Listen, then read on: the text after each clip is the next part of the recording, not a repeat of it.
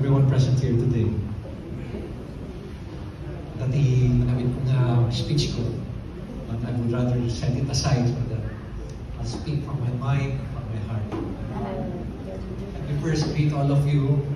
I mean that there's a lot of things to thank for, especially now that we are about to celebrate Christmas.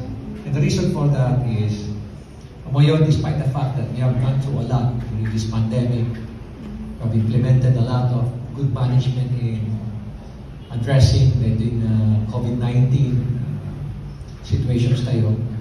But everything will not be possible without God, without the Lord.